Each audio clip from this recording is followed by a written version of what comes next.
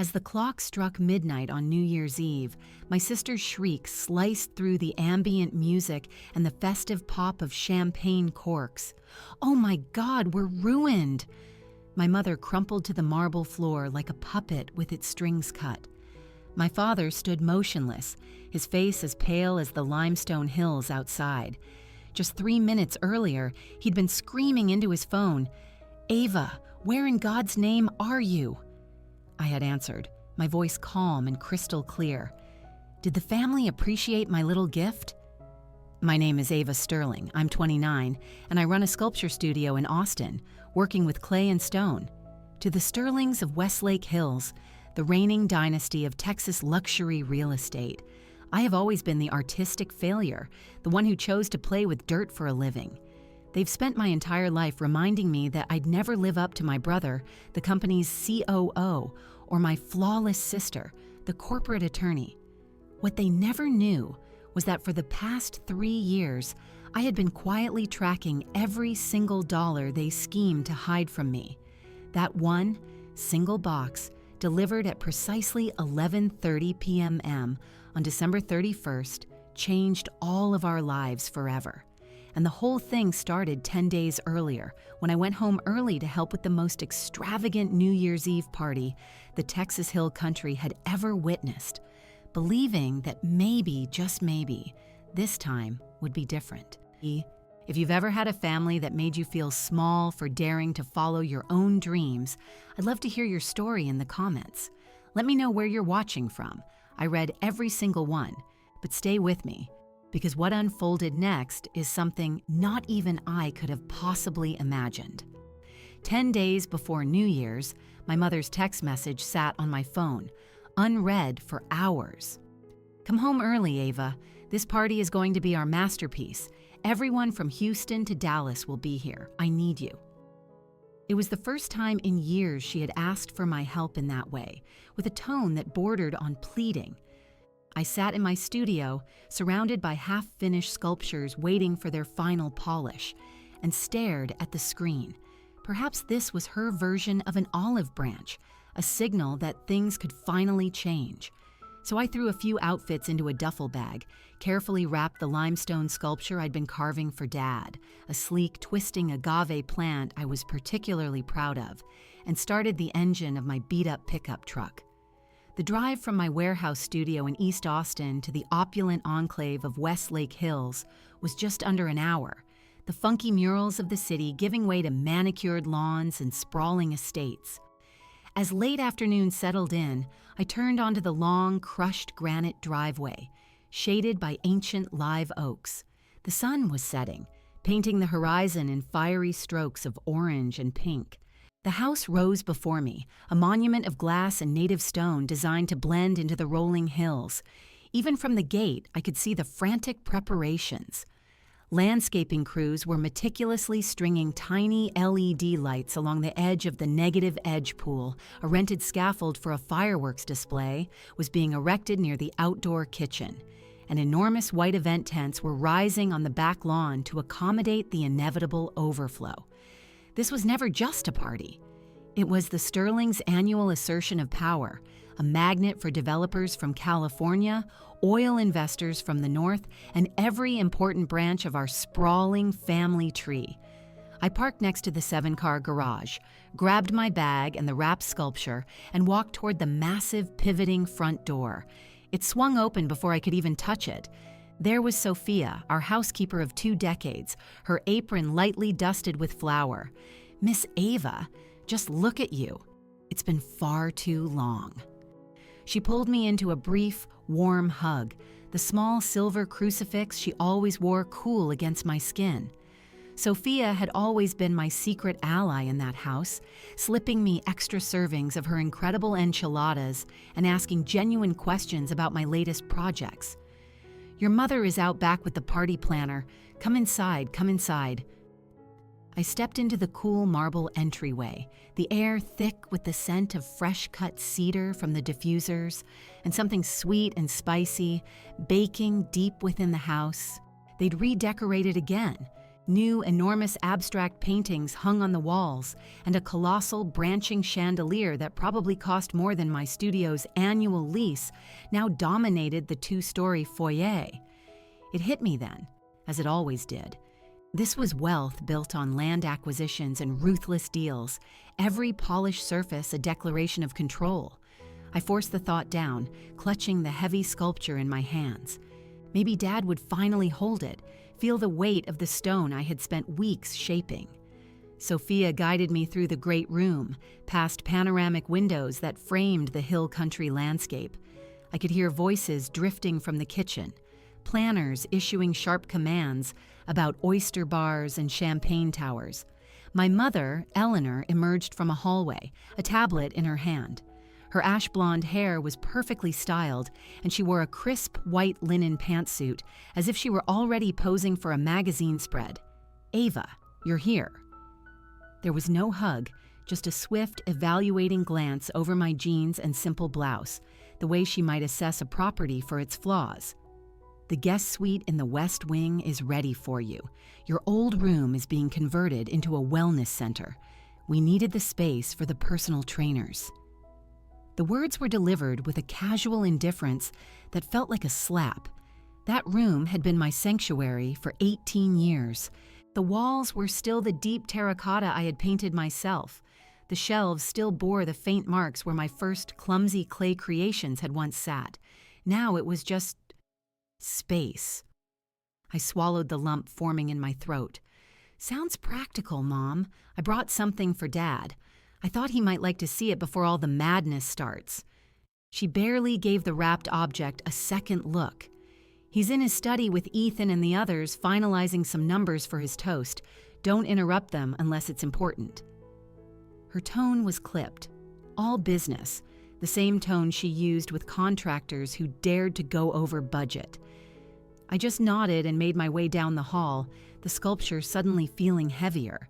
The study door was slightly ajar, a warm sliver of lamplight escaping into the hallway. I could hear the low murmur of voices from within.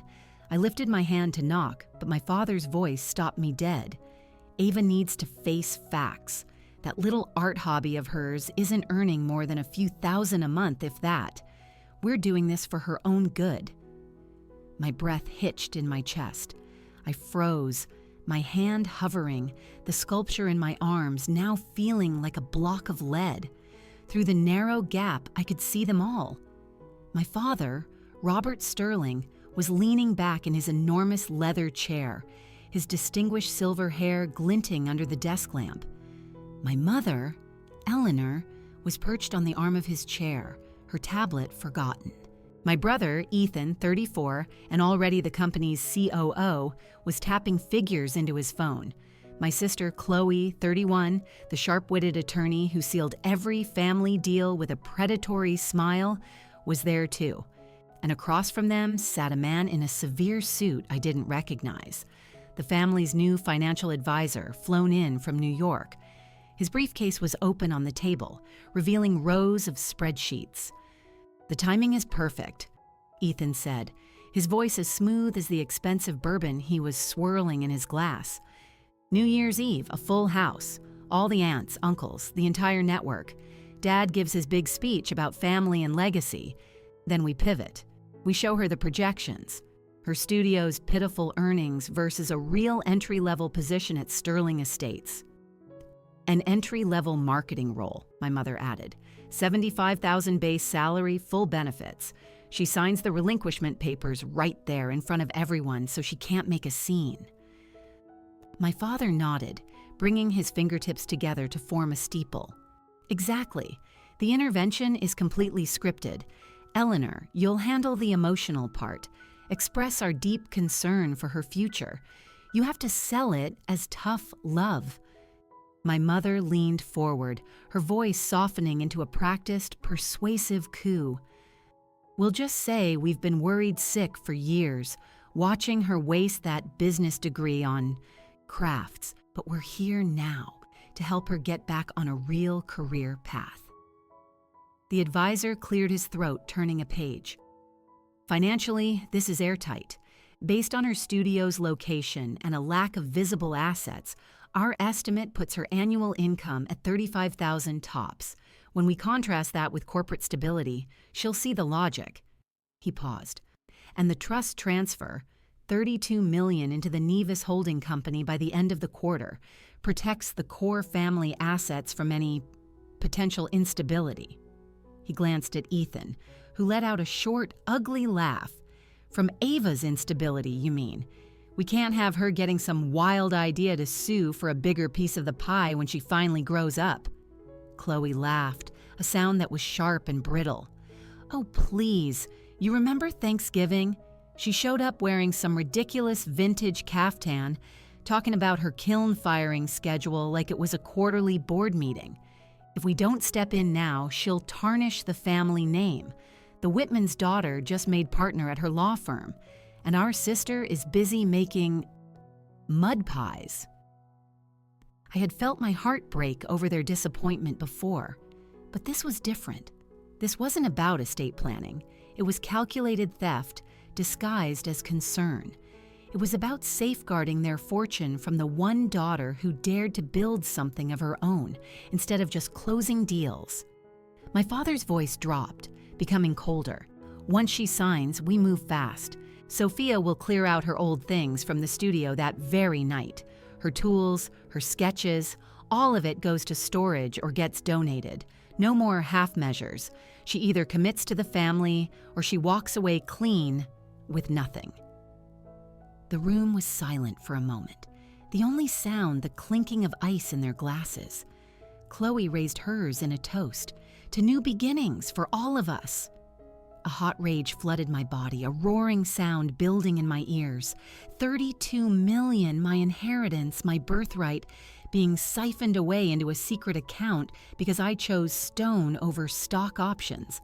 The sculpture slipped from my numb fingers, thudding softly onto the thick Persian rug. I managed to catch it before it shattered, but the sound was enough. A chair scraped inside the study. A wave of pure panic washed over me. I couldn't face them. Not now. Not with the raw truth of their betrayal burning a hole through my chest. I backed away, silent as a ghost, and fled down the hall. I hurried past the kitchen, where Sophia was humming a tune over a tray of hors d'oeuvres, completely oblivious. My duffel bag was still by the front door. I snatched it, eased open the heavy oak door, and slipped out into the cool Texas night. The truck's engine turned over with a familiar rumble, its headlights cutting a path through the dusk as I drove away. No goodbyes, no confrontations. Just the sound of tires on asphalt carrying me back toward Austin, the wrapped limestone sculpture sitting on the passenger seat like a lie I could no longer tell myself. I pulled over at the first scenic overlook on the highway, my hands shaking too much to grip the steering wheel. The engine ticked as it cooled under a vast star-filled sky. I cut the headlights, and finally I let the tears come. Maya picked up on the second ring. "Ava? It's 2 a.m. What's wrong? Where are you?" I could barely form the words. "They're cutting me out, Maya. Completely. They're going to do it in public. On New Year's Eve." She didn't waste a second on platitudes. "Tell me everything you heard. Exactly." I repeated every venomous word. The disinheritance papers, the 32 million, the Nevis trust, the conversion of my old room. There was a pause on her end. Then, her voice was firm. "You still have the audit files, right?" 3 years ago, after my father had conveniently lost a folder of trust documents I needed for a tax audit, I'd hired a discreet forensic accounting firm in Houston. They had been quietly feeding me copies of everything ever since: wire transfers, shell company ledgers, damning email chains between Ethan and their advisor. 70% of the puzzle was already sitting in a fireproof safe in my studio. Maya's voice was the anchor I needed. "You're about 45 minutes from your studio. Go home. We finish this. Now." I wiped my eyes, started the truck, and merged back onto the empty highway. The industrial district was silent when I rolled up the metal gate to my warehouse. I flipped on the harsh work lights. Rows of shelves lined the walls with empty spaces where pieces had been crated and shipped out just weeks before. A single large kiln still radiated a faint warmth from the day's firing. The place smelled of clay dust, metal, and hard-won success, not failure. I kicked off my boots and went straight to the small office I'd built in the corner. The safe was hidden behind a stack of uncut limestone blocks. The combination turned, the heavy door swung open. Inside were 3 overstuffed expandable folders, 2 encrypted hard drives, and a printed timeline I had meticulously annotated in red ink. I spread it all out on the massive work table where I usually finished my sculptures. The bank statements showed a pattern of transfers that began 18 months ago. Always round numbers, always on a Friday, always routed through the Caribbean. The emails from Ethan to the advisor were blatant. Make sure Ava never sees these. I found a draft of the new trust amendment with my name crossed out in thick black marker. I opened my laptop and pulled up my studio's real financials, the numbers my family had never once bothered to ask about. Last fiscal year, I'd grossed just over $900,000. This year, I was on pace for $1.5 million. I had private commissions from collectors in London and Singapore, and half the tech mogul wives in California. It was all cash flow I'd kept to myself because I had long ago given up on seeking their approval. The clock on the wall read 3:12 a.m. I had 8 days until their party. 8 days to fill in the last 30% of the gaps, tie up every loose end, and package it all in a way they would never, ever forget. I brewed a pot of coffee strong enough to strip paint and started making calls. Quiet calls. The forensic accountant answered on the first ring, as if he'd been expecting me. A tax attorney I'd met at a gallery opening, David Chen, owed me a favor. By sunrise, I had appointments scheduled and a specialty delivery service booked for the 31st. I stood in the center of my studio as the first light of dawn streamed through the high windows. The shelves might have looked half empty to an outsider, but every missing sculpture, every sold-out collection had funded the arsenal of evidence now scattered across my table. They wanted to stage a drama to prove I was broke and broken. I was about to prove the exact opposite and bring their entire house of cards crashing down.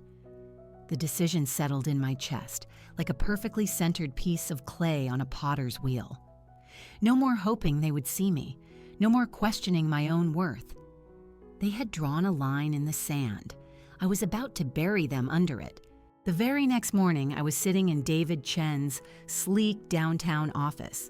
He wore the same impeccably tailored suit he'd had on the night we met.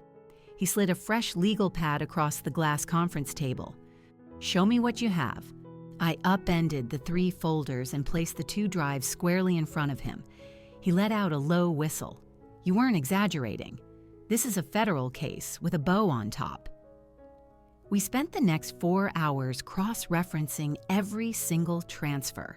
He flagged the final missing pieces, 2 specific wire confirmations, and the officially signed amendment page that legally locked me out.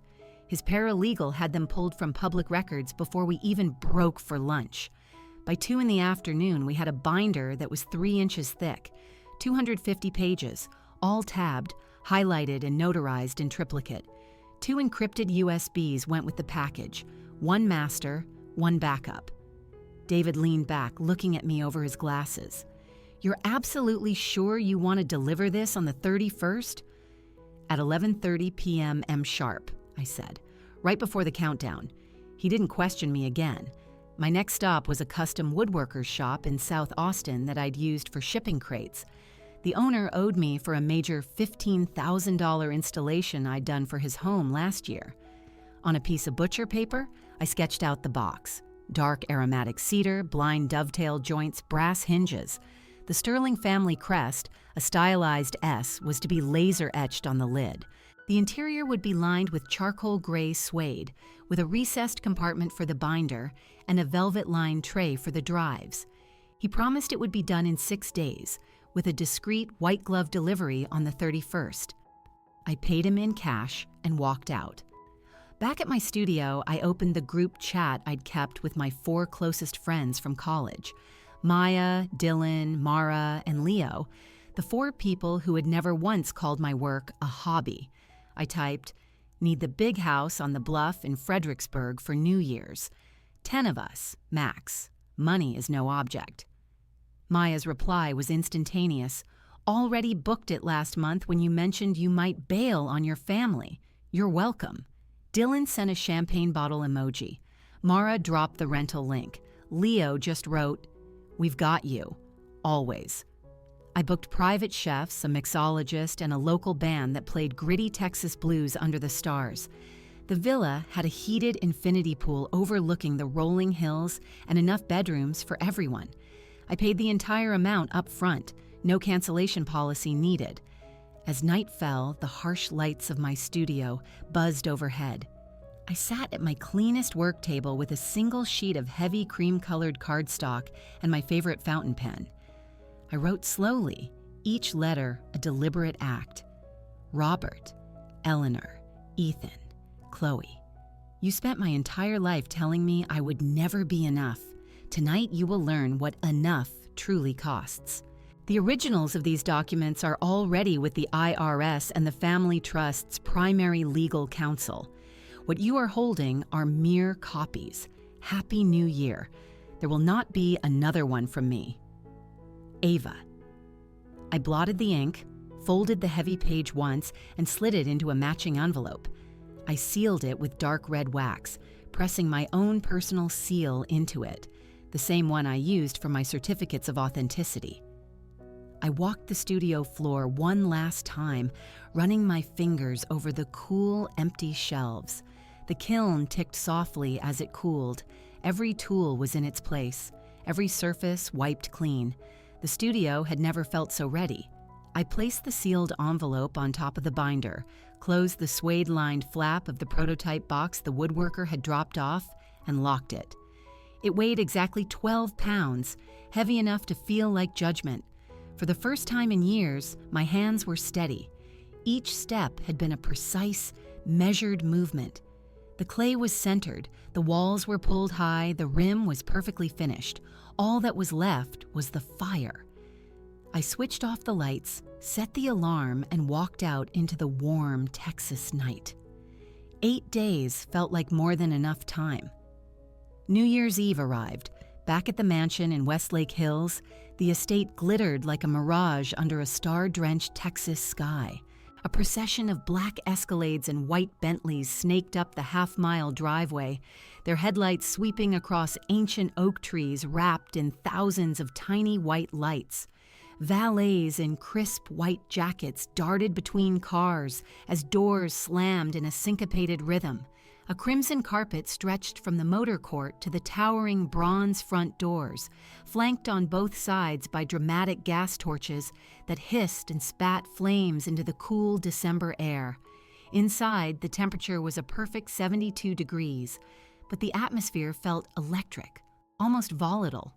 A DJ, flown in from Miami, presided over the crowd from a raised platform of smoked glass, his white headphones glowing as he dropped a beat that made the crystal chandeliers above him vibrate. 3 separate bars glowed like modern altars. One poured only vintage Dom Perignon from Magnum bottles. Another served rare Japanese whiskeys in hand-cut crystal. And the third crafted cocktails that smoked with dry ice and pulsed with neon colors under blacklights. Women in gowns of liquid gold and midnight sequins moved across a clear acrylic dance floor built over the infinity pool. Each step sent ripples of colored light spreading beneath their heels. Eleanor glided through the throng like a queen, her gold silk column dress catching the light, diamonds at her throat scattering sparks like 1,000 tiny camera flashes. She laughed a little too loudly, touched a few too many arms, and repeated the same line to every person she greeted. "Biggest party we've ever thrown." Everyone who matters is here tonight. Robert held court in the cigar lounge, Cuban smoke swirling around his silver hair as he promised exclusive first looks at a new development in Dubai and a high-rise in Miami. Ethan worked the investors, his midnight blue tuxedo impeccable, his voice a smooth murmur as his eyes constantly scanned the room for his next target. Chloe posed for photos on the grand staircase with her pack of influencer friends, a diamond choker flashing every time a phone camera popped. A massive 75-inch screen mounted above the double-sided fireplace cycled through slow-motion drone footage of the mansion at sunset. The digital countdown clock beneath it read 11:27 p.m. when the front doors opened one last time. A courier, dressed in a tailored black suit and pristine white gloves, stepped inside. He carried a single object, a dark cedar box, its brass hinges gleaming, the sterling S-crest laser-etched dead center on the lid. Security, recognizing the pre-approved vendor code, waved him through without a word. He placed the box on a white marble console table beneath a towering arrangement of white orchids, gave a slight bow, and vanished. Eleanor saw it immediately. Her smile sharpened. "Oh my goodness, everyone, look!" she announced, clapping her manicured hands together as if she'd just been awarded a prize. "Our little artist finally remembered us. Ava sent a gift." A wave of phones rose to capture the moment. She carried the box to the center of the living room herself, her heels clicking on the marble, and placed it on a large ottoman as if unveiling a crown jewel. Chloe snatched at the thick cream ribbon. "It's probably another lopsided vase. We can hide it in the guest bathroom." She yanked the ribbon. The lid lifted with a soft, satisfying sigh, revealing the charcoal suede lining, a sealed cream envelope with a red wax seal, a thick black binder, and two matte black USB drives nestled in custom-cut velvet. Ethan rolled his eyes, already flushed with victory and bourbon. $10 says it's a tearful video of her begging to come home. He grabbed one of the drives and shoved it into the media hub connected to the giant screen. The drone footage vanished. The room's lights dimmed automatically, setting the stage for what everyone assumed was a sentimental family surprise. The first page of a document filled the wall, displayed in crisp 4K resolution. Wire confirmation, $32 million. Destination, Nevis Heritage Account 4009-B887. Page 2, an email thread with the subject line, "Finalize removal of assets AV before 12/31. Page 3, the official trust amendment bearing the bold blue signatures of Robert Sterling and Ethan Sterling. Page 4, IRS Form 211, application for award for original information, stamped in red, received. The bass-heavy music thumped on for 3 more seconds before someone frantically killed it. A crushing silence fell over the room like a physical weight. Chloe's scream was the first thing to break it, a raw, ragged sound that tore through the quiet. "Oh my God, we're screwed!" The champagne flute she was holding slipped from her fingers and shattered into 1,000 glittering shards on the floor. She stared at the screen, her face a mask of horror. Eleanor took a single stumbling step backward, her gold dress suddenly looking like a cage. Her knees gave out. 2 women in cocktail dresses lunged to catch her, but her head hit the corner of a side table with a dull, sickening thud. Someone screamed for ice. Robert stood rooted to the spot, his face the color of bleached bone, his eyes locked on his own signature, blown up to be 10 feet wide. The vein in his temple pulsed violently. He opened his mouth, but no sound came out. The presentation, which David had programmed to auto-cycle every 30 seconds, kept rolling. Account numbers, transfer dates, the advisor's incriminating notes, and the line that read, "Submitted to Internal Revenue Service, Criminal Investigation Division." Somewhere in the back, a tech billionaire whispered, "That's felony-level fraud." His wife already had her phone out, recording. Ethan lunged for the media center's remote, tripped over one of Chloe's discarded high heels, and sent it skittering across the floor. He scrambled after it on his hands and knees while the evidence looped again and again. Guests instinctively stepped back, forming a perfect circle of judgment around the imploding family. Chloe spun toward the nearest exit, only to find it blocked by a wall of tuxedos and sequins, every phone held up and pointed at her like an execution squad's rifles. Her mascara began its slow, dark descent down her cheeks. Eleanor came to on the floor, gasping, clutching at Robert's pant leg. He finally found his voice, a raw, desperate rasp. "Turn it off! For the love of God, turn it off!" A staff member finally managed to yank the drive from the port, but the video had already auto-uploaded to 3 private Instagram stories and 1 very public Dropbox link. The countdown clock hit 11:59:40. No one moved toward the terrace for the $50,000 fireworks display. The wind howled outside, rattling the floor-to-ceiling glass walls. 80 of the most powerful people in Texas stood frozen, watching the Sterling Empire crack wide open in real time. And 2 hours north, under a different, clearer sky, I lifted my glass to the moon and waited for my phone to ring. My phone began to detonate at 11:57 p.m., exactly 3 minutes before their world turned upside down. I was standing barefoot on the warm limestone terrace of the Fredericksburg Villa, the famous red rock formations of the hill country, glowing like embers under the full moon. The infinity pool shimmered, reflecting 1,000 tiny lights we'd strung through the mesquite trees. Our private chef had just served the final course, delicate chocolate spheres dusted with edible gold, and the mixologist was pouring 2008 Cristal into vintage coupe glasses that fractured the light into tiny rainbows. Chloe's name flashed first, the contact photo a 5-year-old picture of her laughing on a yacht. I let it ring until her voicemail picked up. Ethan's call followed 30 seconds later. I ignored it. Eleanor's call came next, her face a Botoxed, serene smile from some long-forgotten charity gala. I watched the screen pulse on the teak table and did nothing. Robert's name appeared last. No photo, just the word DAD in stark capital letters. I swiped to accept, tapped the speaker icon, and held the phone up so everyone on the terrace could hear. Maya, Dylan, Mara, Leo, and the rest of our 10-person chosen family formed a loose semicircle around me. Their champagne flutes paused mid-air.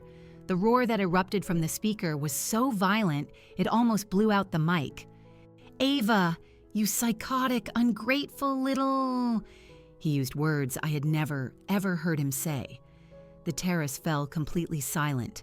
The only sound the faint strum of a guitar as the band inside prepared for the countdown. Someone behind me let out a single sharp bark of laughter that echoed off the canyon walls. Eleanor's voice pushed its way through, high-pitched and splintering.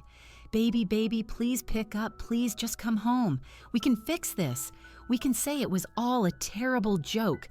You're still our daughter," Chloe screamed over her, a wild animal sound. "You jealous, talentless witch. You just destroyed everything we ever worked for." Ethan tried to take a more measured tone, but his voice was shaking with a rage he couldn't contain. Every major law firm in the state is already drafting cease and desist orders. You'll be in a federal prison by March. Robert's voice came through again, colder this time. The desperate businessman trying to cut a deal. "Name your price. 10 million, 20, whatever it takes to make this go away." I let the cacophony on the other end burn itself out. The cool canyon wind carried the scent of juniper and something that smelled like freedom. I brought the phone closer to my mouth and spoke slowly, my voice as clear and cold as ice. "Listen to me very carefully, because this is the last time any of you will ever hear my voice. The moment that box was opened, the Sterling family died, not wounded, not sleeping, dead and buried. I have copies of every transfer, every email, every forged document. The IRS has the originals. Your business partners have the copies. There is no negotiation. There is no fix. There is no more daughter, no more sister, no more safety net. You are strangers to me now, and strangers don't get second chances." Eleanor let out a guttural wail, something incoherent about the grandchildren she would now never have. Chloe shrieked that I would burn for this. Ethan started threatening to leak my studio's finances, as if I had anything left to hide. Robert tried one last time, his voice finally cracking. "You will regret this for the rest of your life." I smiled up at the moon. "No," I said. "You will." I ended the call. The screen went dark. I powered the phone all the way off, pried out the SIM card with my thumbnail, and flicked it into the deep end of the pool. It vanished with a tiny, silent plink, swallowed by the turquoise light. Maya handed me a fresh glass of champagne, her eyes shining with pride. From inside, the bandleader started the countdown. 10, 9, 8. We all shouted the numbers together, our voices ringing out across the quiet hills. At 3, our private pyrotechnics team launched the first shell. At 1, the sky exploded in a cascade of gold, followed by violet chrysanthemums and crimson hearts that bloomed and dripped fire. The canyon walls lit up, turning molten red, then gold, then brilliant white. Leo threw his arms around my shoulders and yelled something joyful I couldn't hear over the thunderous booms. Mara, fully dressed in a sequined dress, jumped into the pool with a whoop, her dress flashing like fish scales under the water.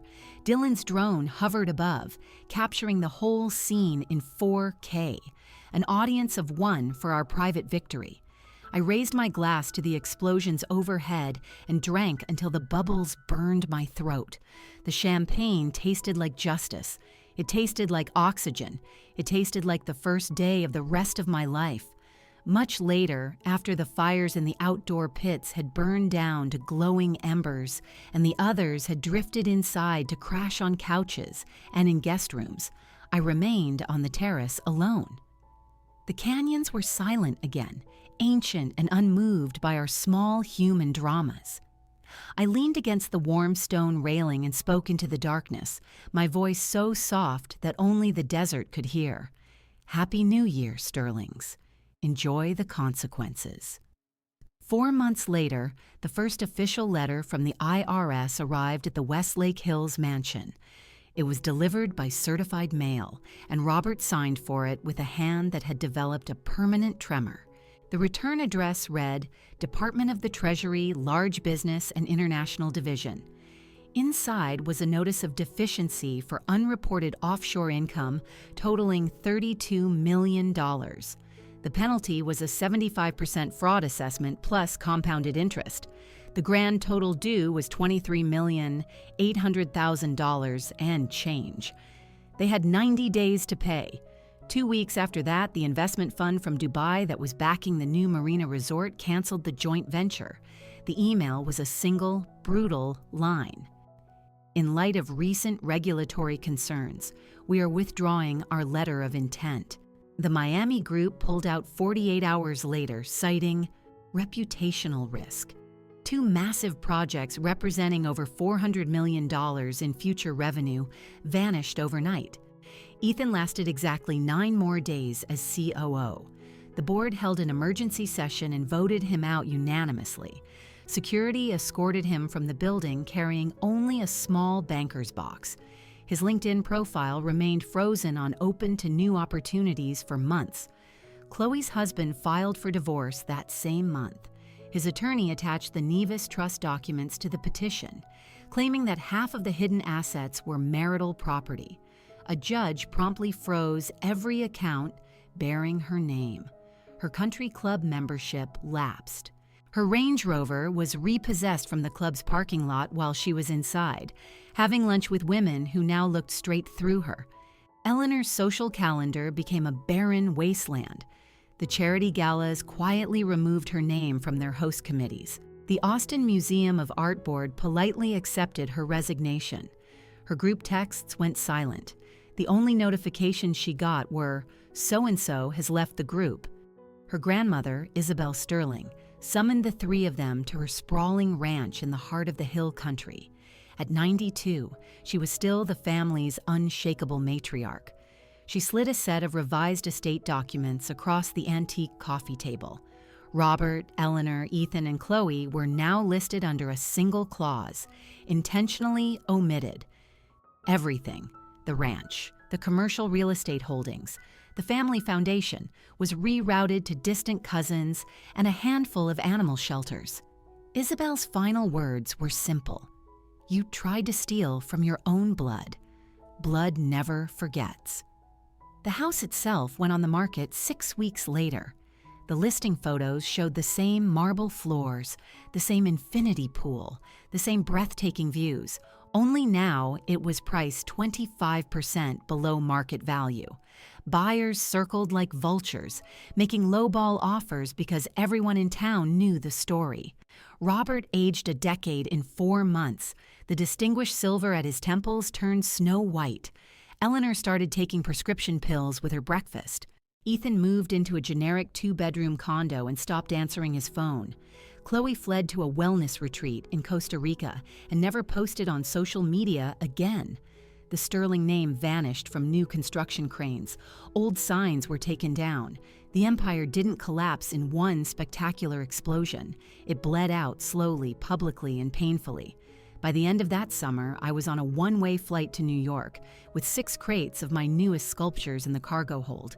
The scandal had done something that years of quiet, hard work never could. It had made me famous. A small invitation-only show I'd held in a Phoenix warehouse the previous year was suddenly being written about on every major art blog from London to Tokyo. Headlines that once read, "Heiress exposes family's massive fraud," now had a second line. And she's one of the most exciting sculptors working today. 3 weeks after the story broke, an email landed in my inbox from Elena Moreau, the director of the prestigious Verve Gallery in Chelsea. The subject line was simply, "We would be honored." She flew to Austin the next day, walked through my dusty studio in her 5-inch stilettos without flinching, and offered me an exclusive 3-year contract on the spot. Rent on a 3,200 square foot raw loft space on West 26th Street was covered. 2 state-of-the-art gas kilns, a slab roller, and a ventilation system I could only have dreamed of were already being installed when my plane landed. I moved in that September. The Hudson River glittered outside my floor-to-ceiling windows every morning as I began to create the first new forms of a life that was truly my own. Collectors who had once ghosted me now begged to be put on a waiting list. Museums requested pieces for loan. My prices tripled and then tripled again. None of it felt like revenge. It simply felt like gravity, finally working correctly. One gray afternoon in November, a certified envelope arrived at the gallery. The return address was a law firm in Austin. The sender was Robert Sterling. I recognized his perfect, arrogant handwriting. I didn't open it. I walked it to the post office down the street, wrote "refused," returned to sender in bold black marker across the seal, and dropped it back into the mail system. That was the last time any of them ever tried to reach me. Winter arrived early that year. On the first real snow day, I loaded my new massive 45 cubic foot kiln for its inaugural firing.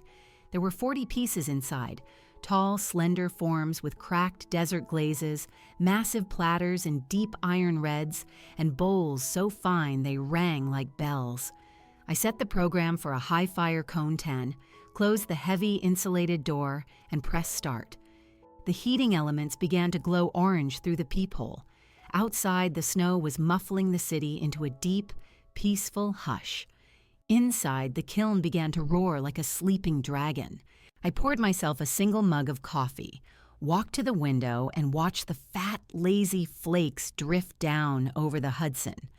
I thought about every person who had ever told me I was wasting my life on a foolish dream. I thought about the little girl who used to hide in the dusty shed behind the mansion because it was the only place she ever felt truly safe. And I thought about the woman standing here now in a studio paid for by her own 2 hands, with shows sold out for years to come, her name on waiting lists instead of disinheritance clauses. And in that quiet moment, I understood the only truth that has ever mattered. You don't need a seat at their table when you've learned how to build your own. You don't need their approval when your work speaks louder than their money ever could. You don't need their love when you finally learn to give it to yourself. The kiln beeped. Cycle complete. Hours later, I opened the door to reveal shelves of perfect fire-strengthened art, harder, stronger, and more beautiful for having been through the flames. I smiled at the residual glow and whispered to no one and to everyone, "This is what happens when you stop asking to be let in and you start burning the whole door down." That was the day Ava Sterling disappeared for good, and Ava simply began.